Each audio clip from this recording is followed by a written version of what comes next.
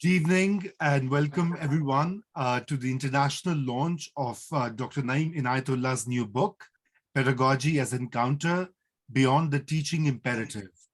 My name is Raza Rumi and I direct the Park Center for Independent Media at Ithaca College.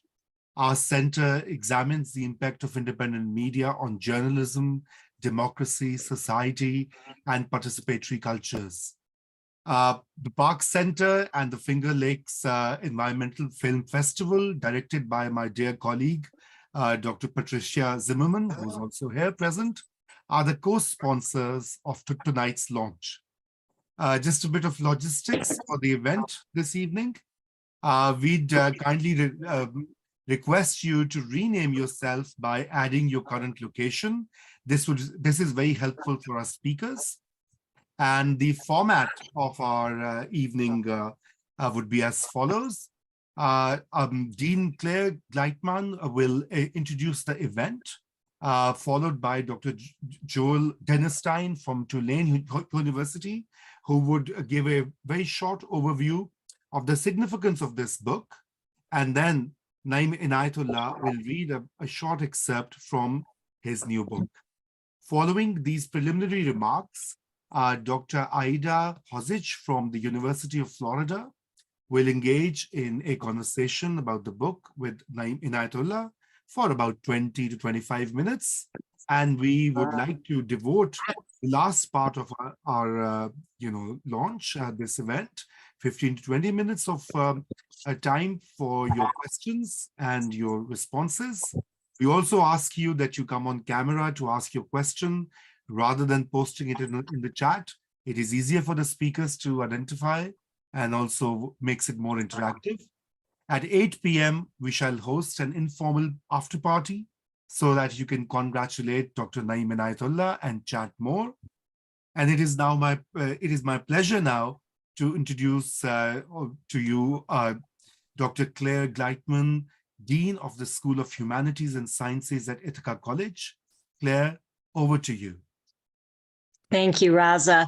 Welcome, faculty, students, and especially our alumni and guests from across the country and the world who've joined us for this special opportunity to celebrate Naeem Inayatullah's new book, Pedagogy as Encounter Beyond the Teaching Imperative. As Raza mentioned, tonight's event is hosted by the Finger Lakes Environmental Film Festival and by the Park Center for Independent Media.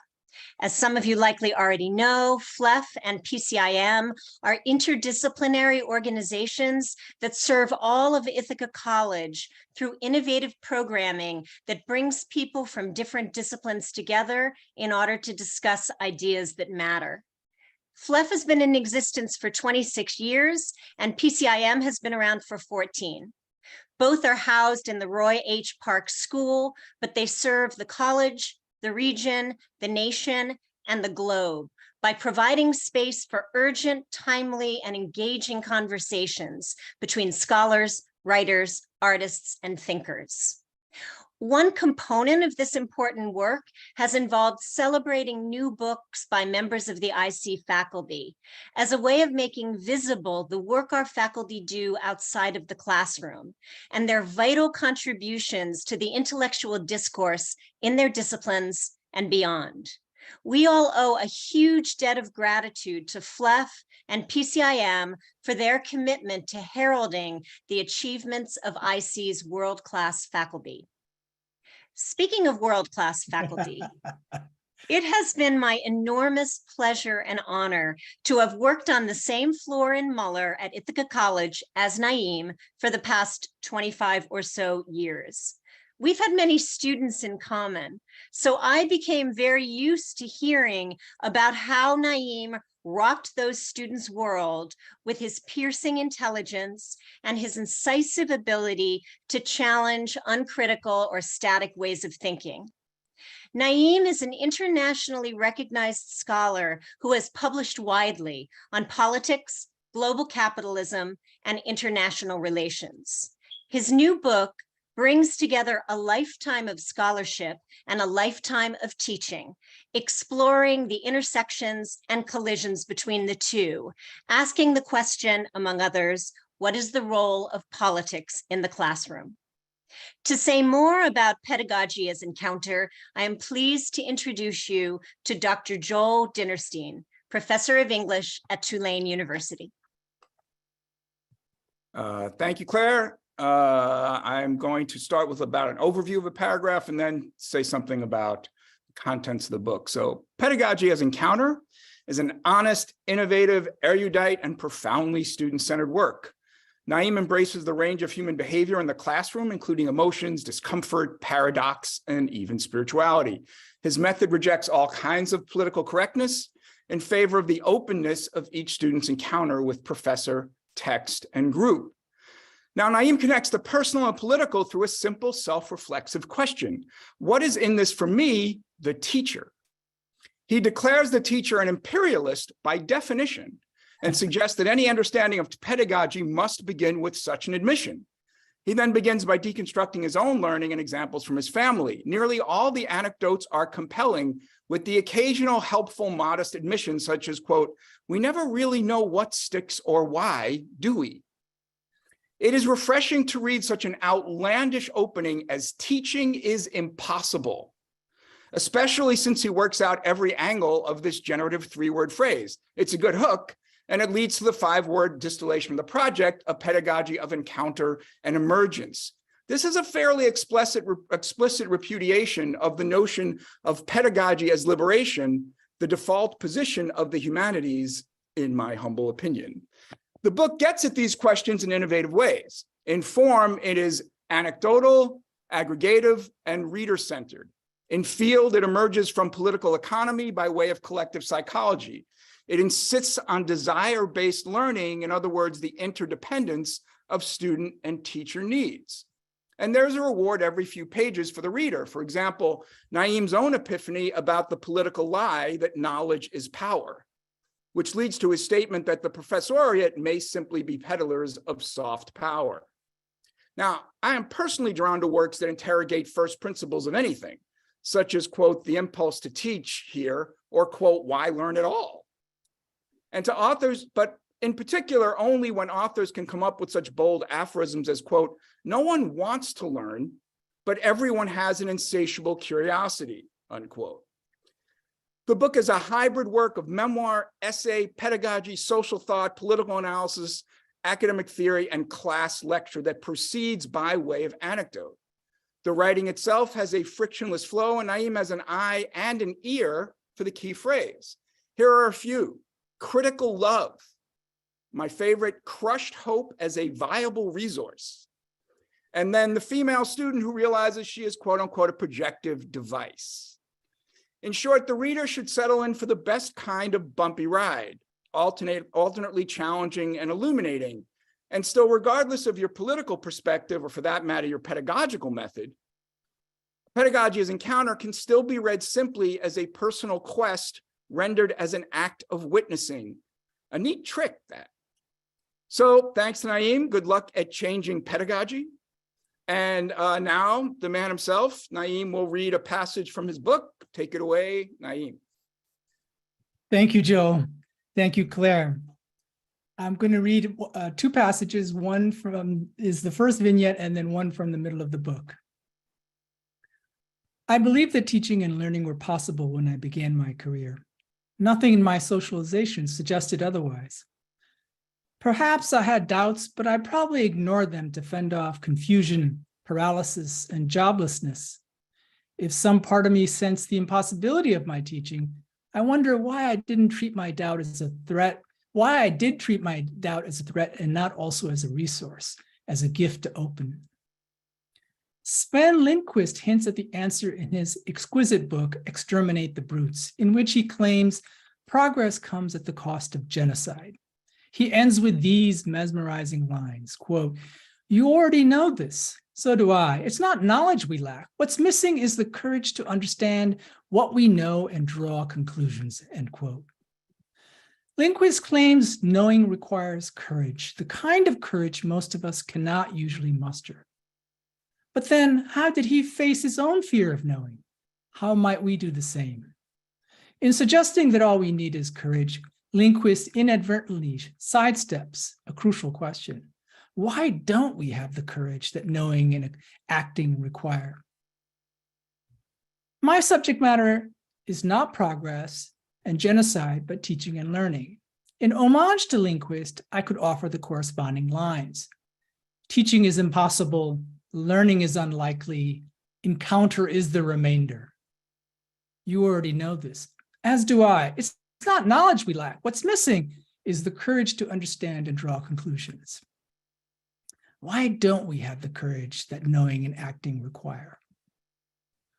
I offer a largely confessional narrative that turns the issue of courage into a question of the gains and losses that accrue when one gives up on trying to teach and instead follows the pedagogy of encounter.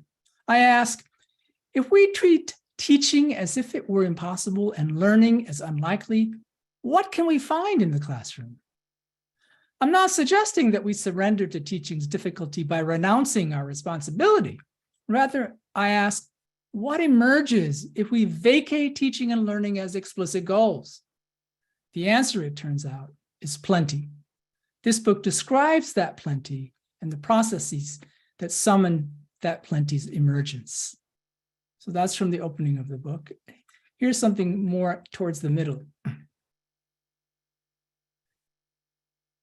Late in the semester, I confront them with their own desire. It's a crisp, sunny day, and I think, why aren't they outdoors playing? I have dashed their easy hopes for making the world a better place. I ask them to consider how our intent and our plans are offset by others working in the opposite direction. I demonstrate our necessary complicity in the very oppressions we seek to overcome.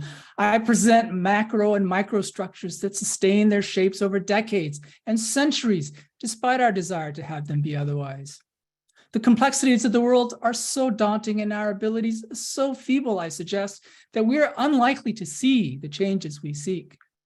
We cannot be sure, I conjecture, that we've even framed the problems correctly.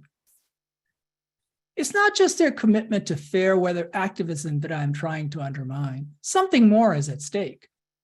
What use is learning if knowledge is so insignificant, I ask. I offer myself as an example.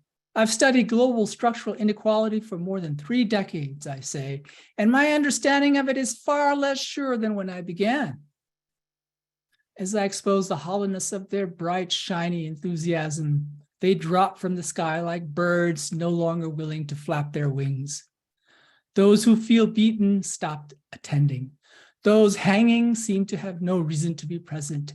It feels like too much. We have arrived at a moment of loss. Finally, I ask, since making the world a better place seems so hopeless, why not just party? Inevitably, they laugh at my gambit, not having yet grasped my trap. Don't avoid my traps, I say. Rather, use your body to spring the trap. Why? To see what happens, of course. After all, it's only a classroom, a hypothetical, utopic, ideal space compared to the actual world. You could have enjoyed the day, so why did you come to class? There is no attendance policy, so why are you here? If the world is hopeless, we can just party. They laugh, and inevitably someone says, but we're already partying. That's what the doors are for. I don't laugh. My practiced tone is just short of somber. My pacing is deliberate. I'm riffing a ballad in the lower registers of the baritone sax. I don't press this moment. I let them linger on how their partying bores them, while my party lures them in, even on this rare, cloudless Ithaca day. I'll stop there. Thank you, Naeem. I just want to take a moment and thank Patricia Zimmerman, Raza Rumi for organizing this event and for this absolutely wonderful, amazing production staff of FLAF and Park School and Ithaca College, and to say hello to all of my colleagues, former colleagues at Ithaca College. So I know Naeem from the same building from Muller, from about, 23 years ago, 22, 23 years ago when we taught together. And our offices were next door to each other. And like Claire, I know students who were avoiding Naeem's classes, and I also know students who would follow Naeem, not just through, 5 or 6 classes that they could take with him, but for life, because of what happened in these classrooms. So I think what we will try to do in the next 20, 25, 30 minutes in conversation is to try to unpack some of the key concepts in the book, I think. Then talk a little bit about the practices, what happens in this Naeem classroom, known as Naeem's classroom. And then we'll kind of discuss a couple of key takeaways, I think, from the book. And then, as Raza already indicated, there would be about 15 minutes for questions from the audience. And I'm really looking forward to those questions. And I hope that our conversations will, the key intent is really to let you into that conversation. So no matter how intense we are right now, I hope you will join us later. So Naeem, thanks again. Thanks for the reading. Thanks to Joel for a great introduction of the book. And so maybe you can tell us just a little bit more about this whole idea of impossibility of teaching. I mean, we all, those of us who practice it, we take it for granted that we are there to teach others something that we know. But you kind of inverse that relationship and you don't take it for granted. And it seems that students are really need to develop this courage to know what they already know. So can you tell us a little bit about that? Kind of what's teaching, what's learning, how do they relate to each other? Yeah, this is actually one of your most difficult questions. We've exchanged the questions a little bit, so I've had a little bit of a chance to think about it. I mean, it's ridiculous to say that there's no learning going on, but it's also not ridiculous. So I divide learning up into 3 kinds of categories. We can learn about things. We can learn about how many moons Saturn has. We can learn about capitalism's origins and history. We can learn about molecules. So those are easy things to learn, but they're things. We can also learn rules or structures. Why do elements of a molecule interact? How do they interact? What is the relationship between gravity, mass, light, energy? What are the rules of capitalism? So those are a little bit more difficult to learn, but still learnable, it seems to me. But the deepest assumptions are the ones I claim are really not possible to learn. And these are the assumptions that hold our world together and that we're not really conscious of. And that if we expose those assumptions to the light of day, we might lose our friends, we might lose our family members, we might lose our orientation toward the world. And so there's a way that there's a pressure on us not even to want to know what those assumptions are. And at this deepest level, I think that, yeah, it's a good idea to assume that learning is impossible, that students, faculty for that matter, don't actually want to know these deepest causes of their own being. Does that give you a sense of it, what I have in mind? A little bit. There's one class that I teach, which actually, once again, was inspired very much by our conversations a long time ago. It's in culture and world politics. And in that class, in the syllabus, I think I tell students that they will be unlearning more than they will be learning. So does that unlearning also resonate to some degree? Is that a part of pedagogical practice to kind of push students to unlearn things that they already know? Yeah. Unlearning, I've seen the unlearning. That seems to me possible. But the more you push on the unlearning, the deeper you go with it, at some point we reach a level where the protective psychology of the human being takes over and says, we can push this far, but no further than this, please. And it's not really a please. It's more of an announcement. We can push this far and that's it. Right? And when we reach that moment, the students might leave the room. They might drop the course. They might stop speaking to us altogether. Or they might leave for a while and then return. I mean, that also happens. Yes. Yeah.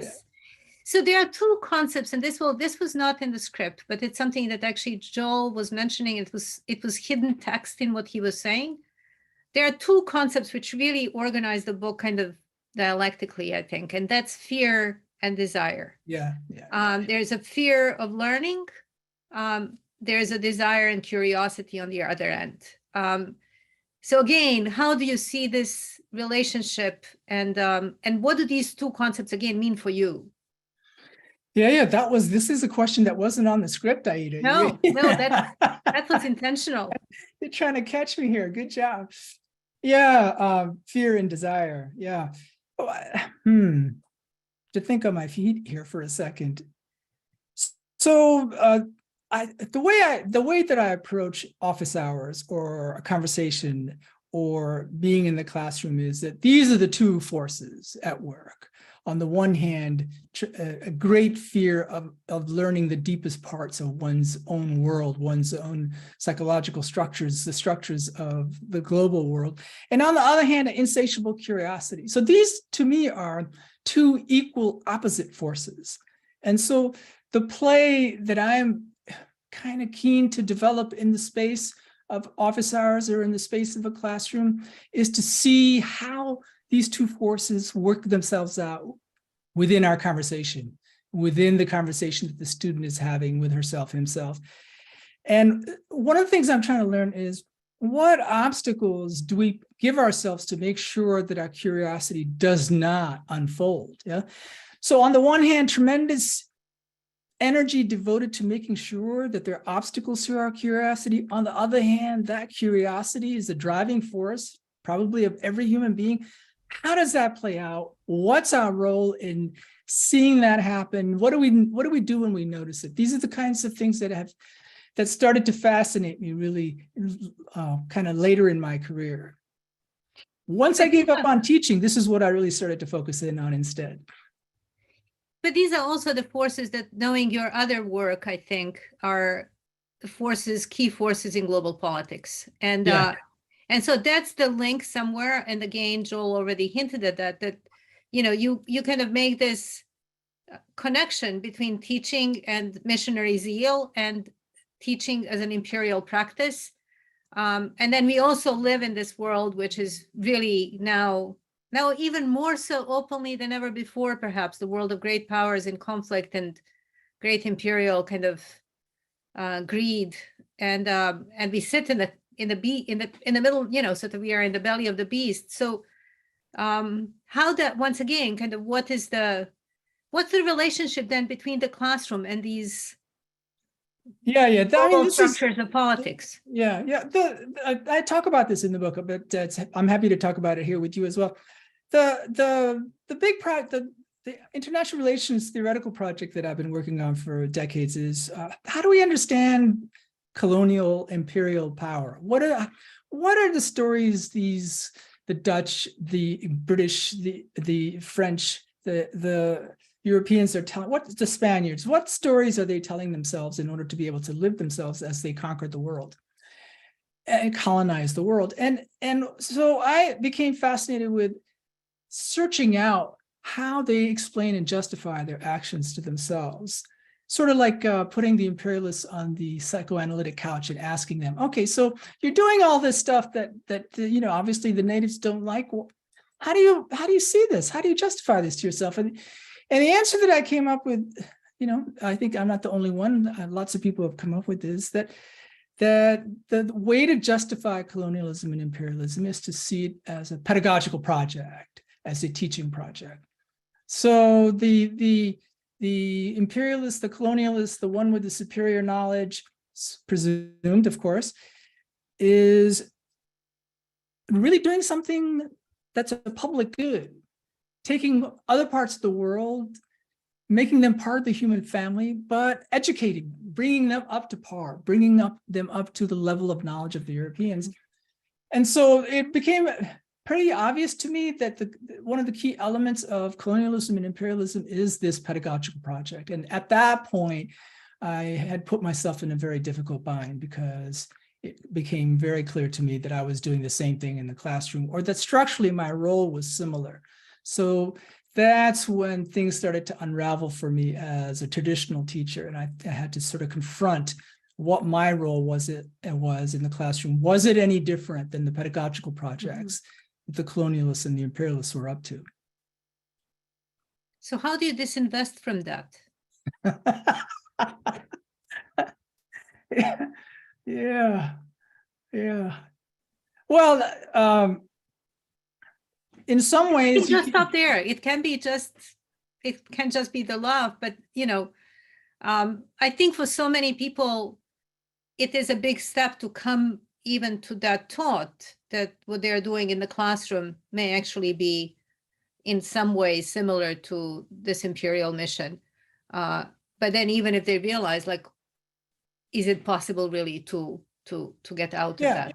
Yeah, the key sort of insight for me was that whereas the colonialists and the imperialists think of themselves as offering this pedagogical project, there's something else is at work besides the pedagogical imperative. It's what I would call an intrinsic or natural curiosity. Yeah, that they think that they are trying to educate the rest of the world, but they're actually looking for a good meal or some good music, or to learn something about the world. So even behind the pedagogical project of the imperialist and the colonialist is a desire to know the world, to understand the world. And then if that's what the pedagogical project is really all about, then it becomes a lot easier for me to be inside the classroom, where I can think to myself, I think my job is to teach, to imperialize, to colonialize, but really behind that is the real job, which is to know the world, to know these students, to know the world through these students. That's really what I'm doing as an imperialist, because this is what the imperialist is really doing in the world. So turning fear into a transparent desire, and switching from teaching to learning? Yes. Or reversing roles? Yes. Okay. Yes. If we kind of give up on the drama of I am supposed to teach, they're supposed to learn, and go deeper into the metaphysics of this and recognize a desire to learn on the part of the teacher, then we can walk into the classroom and say, okay, what I'm really here for is to know, to learn. And what these students are going to do is to show me what the world looks like. And in the process, they might also get to the basis of their own desire. But the key to me is first of all, the desire of the professor. The desire of the professor is the climate system of the classroom, and it shapes everything. The desire is the climate in the classroom. The desire of the professor is the climate of the classroom. That climate shapes everything. And the students, by osmosis, almost bodily, whatever else charade is going on, but what their bodies are actually attuning to is, how does the professor's desire express itself inside the classroom? In fact, this is what I think when I look back at my professors and my engagement with them and my love for them, I think what I see from this vantage point of today is that what I was curious about was, how did they engage their own curiosity about the world? That's what looking back at my experience with my professors, that is what I was really looking for. I didn't have the language at that point. But, you can learn these things and forget these things, the elements, the rules, mass, gravity, moon, sat. But what's really happening is body to body. And then the body to body relationship, it's the student, me as a student looking at my professors, what I'm noticing, I think, is how do they present their body as something that desires to know? Yeah. How do they engage that? How can I learn something from their desire to know? How can I engage the way that they engage? That's a long answer. We're supposed to keep our answers short. No, but this is a lovely answer, and it also kind of allows me to sidestep one of the questions later about the professors. Though we'll see. Maybe I'll return to that. But I will talk about. There's one figure who kind of hovers over the text and hovers over your life, and you kind of use the word and the concept of the Great Inquisitor. That many of us walk into the classroom with this Great Inquisitor over our shoulders, thinking that we are supposed to do certain things in the class. Yeah. And that these expectations really cannot be betrayed. Okay, so that we need to lecture, that we need to, explain students about world affairs, that we need to teach them how states interact with each other, what's Cold War, what's hot war. So, and that depends on the discipline, but how do you I mean, do you have any suggestions, or can you tell anecdotally how you got rid of the Great Inquisitor in the classroom? Yeah. The Great Inquisitor is a shorthand for the internal censorship that we perform. Our syllabi are supposed to reflect the state of the art of the discipline. We are supposed to teach them X, Y, and Z because the next course is built on our course. So there's a whole set of expectations as a young professor that you internalize as a graduate student and then as a junior faculty member. And you internalize that as a kind of censorship instead of being alive and present with the students, learning their names, understanding their biographies, being with them a lot, moment to moment. What we're doing instead is we're projecting what we're supposed to be able, what we're supposed to teach them. And that is a result of internalizing. This is the Great Inquisitor. And for me, what happened was that, but very slowly, step by step, I started to take risks. And every time I took a risk, I looked at the door. I thought somebody's going to bust in and say, "You're busted. We're taking away your license to teach. You're out of here." And year by year by year, it did not happen. And so that allowed me to start taking more and more risks. And I don't know, I've kind of gotten lost in your question, making you can reshape it again so that I'm back on track. No, that's it. I mean, I'm mostly thinking I know that there are junior faculty here, there are younger professors here, and I know that they feel that burden of expectations that, their evaluations will be counted, that the, students will go to another class and they will show there that they were in their class and not having learned, how states interact with each other. So yeah, I mean, I was just curious if you have anything else to add to them to ease that burden. I'll say two things about the Great Inquisitor. On the one hand, look at what if you read the book, you'll see the things that I've gotten away with. I'm amazed myself at the risks that I've taken and the things that I've gotten away. Nobody's busted me so far. I'm still waiting. I'm still looking at the door. Here, so exactly. On the other hand, if you look at what the state of Colorado did toward Churchill, there is a reason to have this fear. He's the professor who was basically, his license was taken away altogether.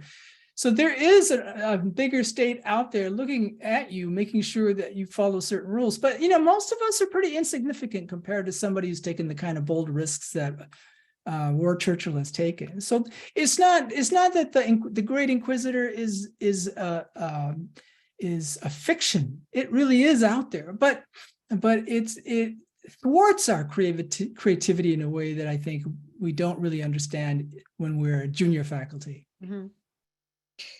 So can you give to those who have never been in a Naeem's classroom, can you give them a little taste of that classroom? What does the classroom look like? What happens?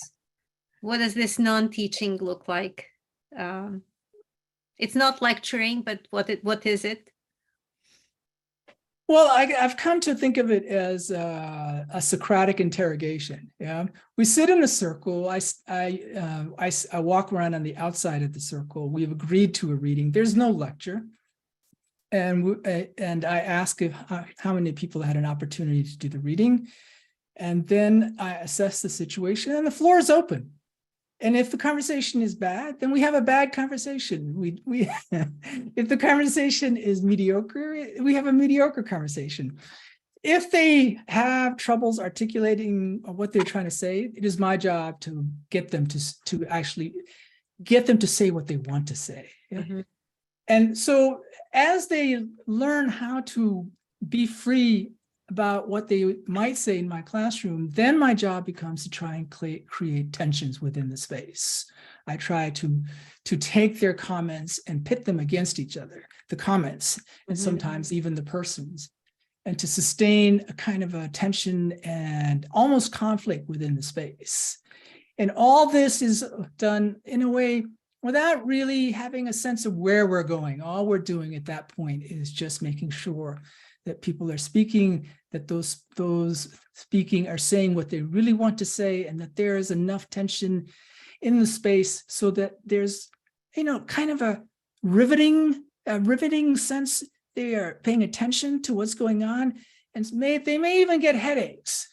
So the whole, I mean, I'm sort of improvising here, but the idea is to create enough tension in the space within their own words, whatever emerges from those conversations, to create something that they leave the room thinking about. So that's sort of what happens in the classroom.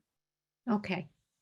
At one point, you say in the book that if you had started all over again, you would have taught from novels only. And you also, I know, teach about music. And so what's the role of the arts? What's the role of novels? What's the role of music in the classroom? Yeah. That's, I'm happy to answer that one.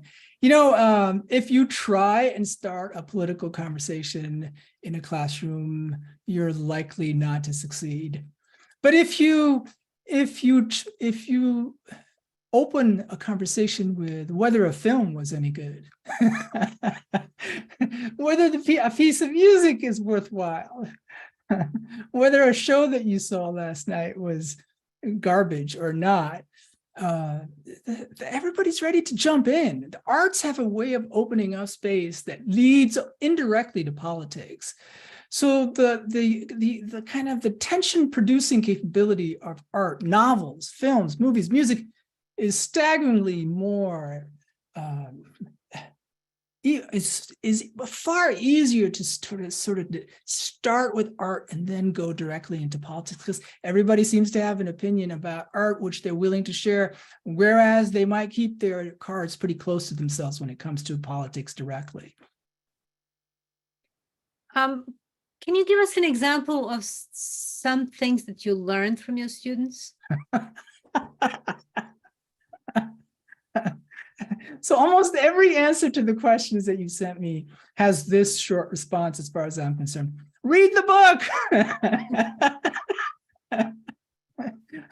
But for those who haven't, what would incite them? No, I know. I was going to follow up after I stopped laughing a little bit. Well, I mean, the book is a series of vignettes about what I have learned from students in some ways. One of my friends, Laurie Leonard, said that the book is a love letter to my students, and that captures some of it. But to answer your question more abstractly and directly, I would say that the key is my assumption that the macro world and the micro world are actually one and in the same world. Mm-hmm. So each student is a macro instantiation of the world at large. So if I can get that student to spill their autobiography to me, they become a window to the world for me. So what each student teaches me is their context, their biography, their values. And from looking at the world through their eyes, I actually am doing a lot of anthropological traveling. Mm-hmm. They actually show me the world. You know, this is maybe the least expensive way to see the world. Patty has just warned me that we have 2 or 3 minutes left, so I will ask the last. Has it gone by that quickly? It's gone by very quickly, which is very good. I'll ask the last question, which is now, so don't tell me read the book. So let's say someone reads the book. What do you want them to remember afterwards? In a similar way, in which is when you said you want students to leave and think about something. So what do you want people to think about when they read the book? Yeah, I think the ultimate goal of the book is to say, hey, look, can you really believe the shit that I got away with in this book? Okay, so you're not as risk prone as I am, fair enough. But it's possible to take more risks in the classroom. It's possible to get beyond the drama and the charade of teaching projects. We can actually be with each other as human beings while also exploring deep theoretical concepts. So sure, don't take as many risks as I did. You know, maybe you'd still be at a Research One Institute if you didn't take these kinds of risks, who knows? But look, there's a lot of things you can still do if you treat the classroom space as a living space, as a space resonant with desire on the part of the students. So, you know, like take half a step in that direction. I think that's what I want to leave people with is there's a lot more openness and creativity in the classroom space than we might imagine. So there's a different horizon of possibilities out there than the one we usually think of. Absolutely, absolutely. There's a world of openness, a world of creativity in the cramped room that is called the classroom. It's not nearly as cramped as we might imagine. It's actually a window to the world. Thank you, Naeem. I think that's a wonderful closing. So let's start with some questions from the audience. I know that there are former students of Naeem here. It would be wonderful if you would chime in, ask questions, share very brief anecdotes of your encounters with Naeem.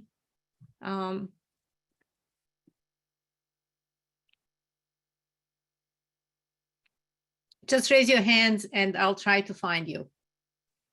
I'm scanning the participants for raised hands. Should I go then? Yes. Hi, Manu. It's so good to see you. Hi, Naeem. Delighted to see you and hear you. Two questions. Well, I didn't have the chance to read the book yet, so I apologize for this, but I have been following through Paulinho and also close to you too, some of your thoughts related to pedagogy. So my first question is starting with this vision of the teacher as an imperialist. I would like to provoke you. What would be your definition of imperial overstretch in the classroom? Imperial overstretch? Overstretch, yes.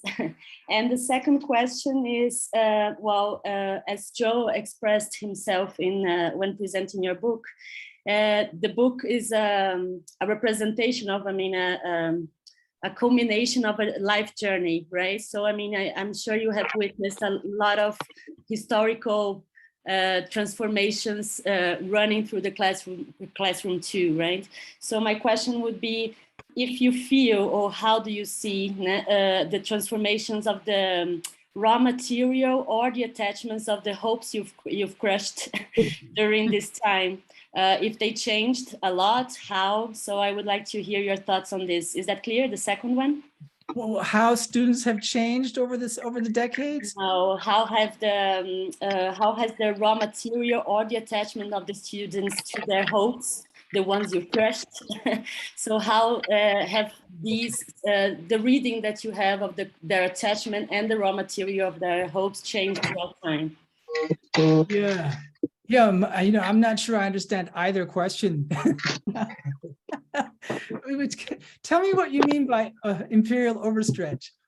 Is there, if every teacher has this disposition of as an imperial disposition towards the classroom, and this is unavoidable, as you claim. So what would be the limits in this exercise of imperialism in your view? So the first one would be that imperial overstretch as a limit that kind of results ultimately in reversing the game and feeling somehow also constrained by its own imperialism. Yes. The second one is related to the crush, the hopes. You crush, right? And how, if you feel that throughout time, the attachment of the students to their hopes, the ones you've crushed, is somehow different. Yeah. Let me take a shot at this crushed hopes one. Yeah. Okay. I'll select that one of the two that you gave me.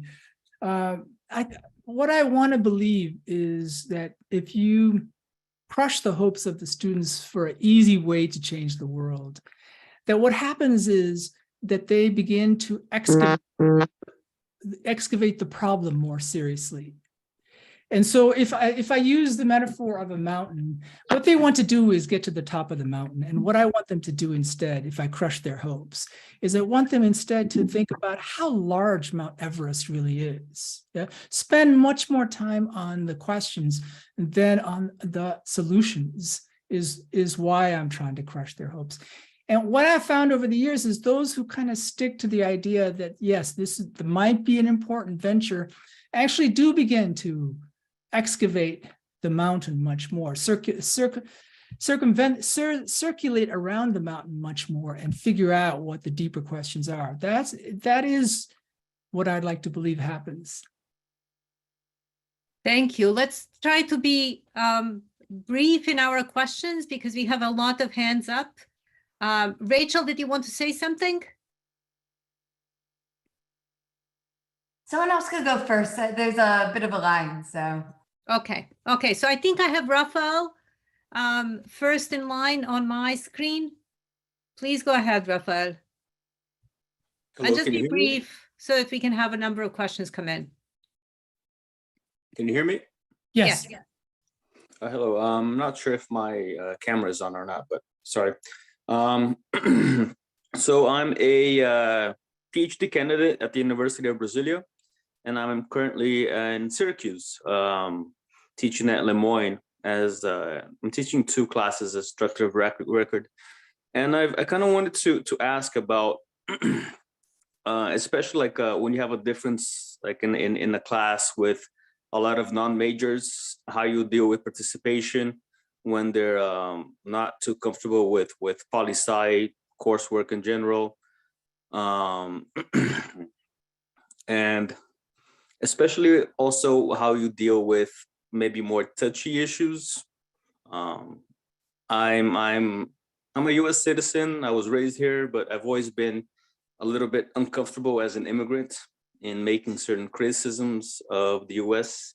So I'm teaching, for example, US foreign policy. And I've felt a little bit uncomfortable at times in dealing with certain critiques of US foreign policy in a US audience. And I wanted to see if you have any thoughts on that. Yeah.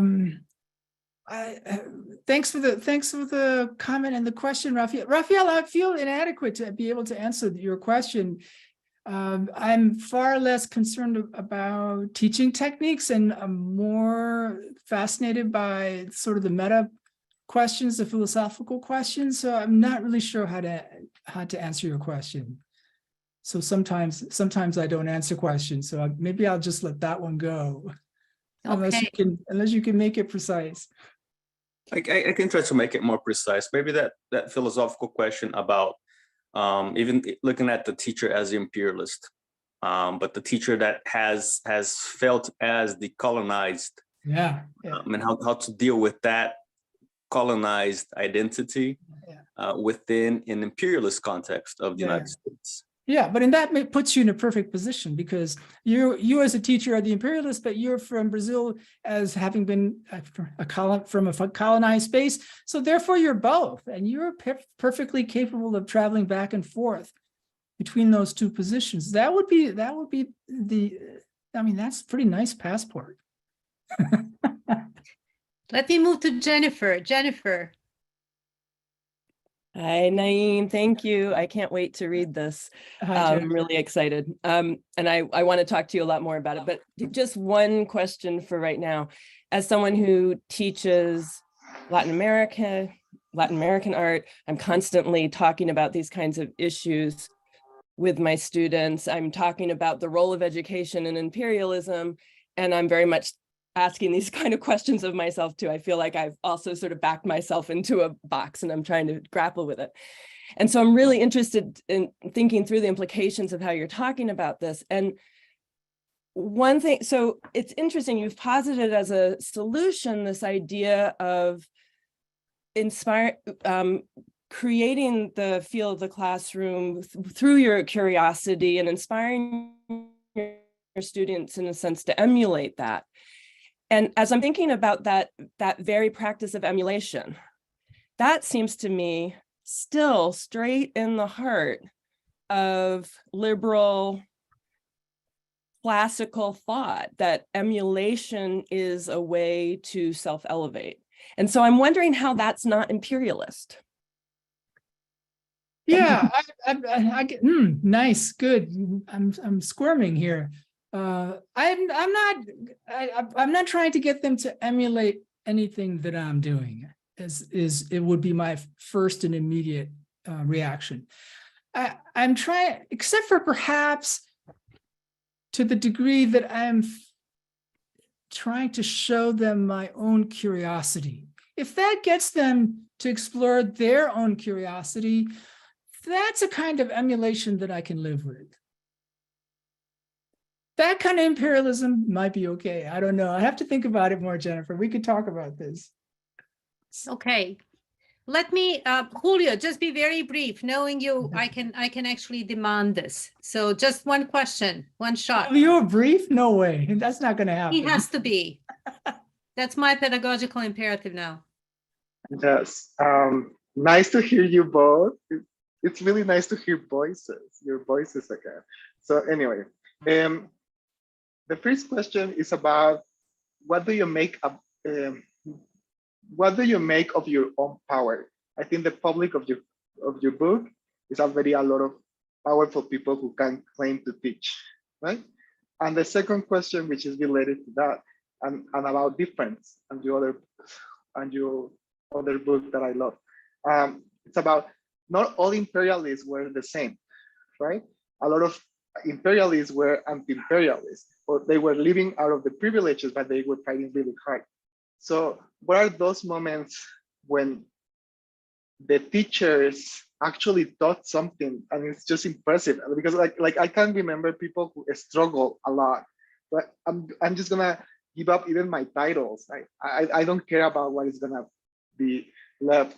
And so I'm thinking about, have you seen any glimpse of teaching lessons?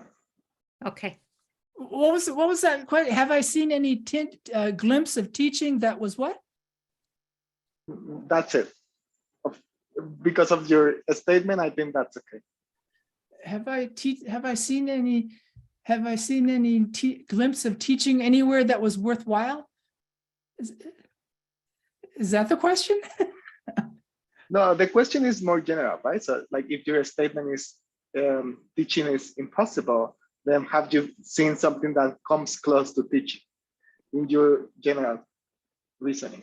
No, I will stick with my claim. I think teaching is impossible. You cannot get other people to do what you want them to do without, I mean, the ultimate position is that they voluntarily do something because that's what they want to do. If I can get you to do that, I don't know if that counts as teaching. That might just be a relationship. This is very similar. My interpretation of this is very similar to Jennifer's question. Julio, okay. I feel a lot of pressure to do this quickly. I'm sorry. Yes, you have to. Okay. Let me move. Harriet, please. Yes, you can go ahead. Just unmute yourself and just be brief if possible. Am I unmuted? Yes. Okay, first of all, hi, Naeem. Hi, Harriet. Congratulations on this book. And I do want to say Thank you. that even though we were in different departments, you always made the sunshine for me at Ithaca College. So kind of you to say. And there are some students, you know who you are, who I could just squeeze your faces if I wouldn't be sued for it. But especially a lot of those students who were in Students for Justice in Palestine, it's just so lovely to see you. And others, I see you waving. I wanted to ask two quick things. One is I was wondering where Frary might fit into all of this. Yeah. Because he used to be a household word years ago, and I never hear anybody mention him anymore, really. Yeah. And he never struck me as particularly imperialist in his pedagogy. And then the other thing I was just going to ask is, are there any vignettes or scenarios you could give us that will illustrate some of what you're talking about? Some of what I'm talking about. Like yeah, like slices of life from your classes. So the answer to the second question is, Harriet, read the book. Okay. But I'll take one of your two questions. Frary looms large in this book, and for me as a human being. And Frary saved my ass many times when I was a young teacher. I read his work quite a bit. But then when I had a sabbatical some years back, I reread Frary just to freshen up a little bit, and I found myself unable to take him seriously. And then the same is true for my reading of bell hooks. And I try to locate what it was that I rejected in both their thinkings, and it's the concept of liberation. I just no longer believe in liberation. I believe in curiosity, I believe in learning, but I don't believe in liberation. And so once I gave up on the idea of liberation, I had to let go of Frary altogether. Okay. So the last question goes to Jesse. Wonderful to see you, by the way. Unmute yourself. Yes, ma'am. Thank you so much. And pardon me, it's Hi, brother Jesse. How are you? 2 a.m. here in Europe. So That's dedication. Pardon my bleary eyes. It strikes me that the ego is a necessary fiction, like political identity. And it is structured like political identity. It's structured in and through narratives. And you enjoy shattering those. I've seen it. I've suffered it. I've helped pick up the pieces. But ultimately, isn't that the role of the shaman or the psychoanalyst more than the university instructor? And in that sense, I ask you this as now someone who is also a university instructor, having followed my mentor, Naeem. What are the strategies or the limits of the strategies we owe them for that reconstruction? So if we shatter the necessary fictions, what are the strategies for that repair work? Yeah. This is a good one, Jesse. You can use this name since this can be the wrap up. Jesse is giving you a kind of a cue to wrap up as well. Okay. The natural answer is we have a responsibility to pick up the pieces once we break them. I don't believe that, because that is a patronizing attitude. They can pick up the pieces themselves. We have to have enough faith and confidence in our fellow human beings so that if we break their egos, that we are willing to let them heal themselves. Yeah. So yes, I'm there for them as a human being, but I am not there as a psychoanalyst or as a shaman to help put them back together. That is their job. So I will end this. I want to thank everybody, and I want to apologize to those of you who didn't get to ask the questions, but maybe you can, sort of find a way to reach out to Naeem later. I will end with something that I shared with Naeem. He has forgotten. This was the mantra that he shared with me when I was teaching at Ithaca College, and I was not a very good teacher. So he came to my classroom to visit, and he walked out of it and said, you're pushing your students to jump, but you also have to show them that you will be there to kind of pick them up when they fall. This is slightly different than what you just said.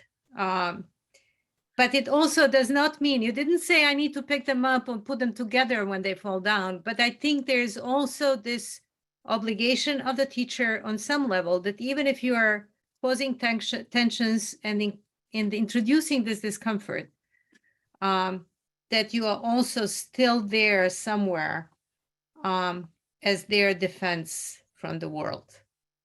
At least that's what I understood. So anyway, I want to encourage everybody to read the book, these beautiful 120 vignettes, and for us all to continue to create the archive of Naeem teaching. Thank you. And thank you, Aida and Naeem. I'd like to thank all of our participants for joining us tonight from New York City, New Jersey, Colorado, Washington, Virginia, Illinois, Maine, Louisiana, Vermont, Chicago, Syracuse, Boston, and Ithaca, and from Wales, the Netherlands, France, Colombia, Brazil, India, and Nigeria.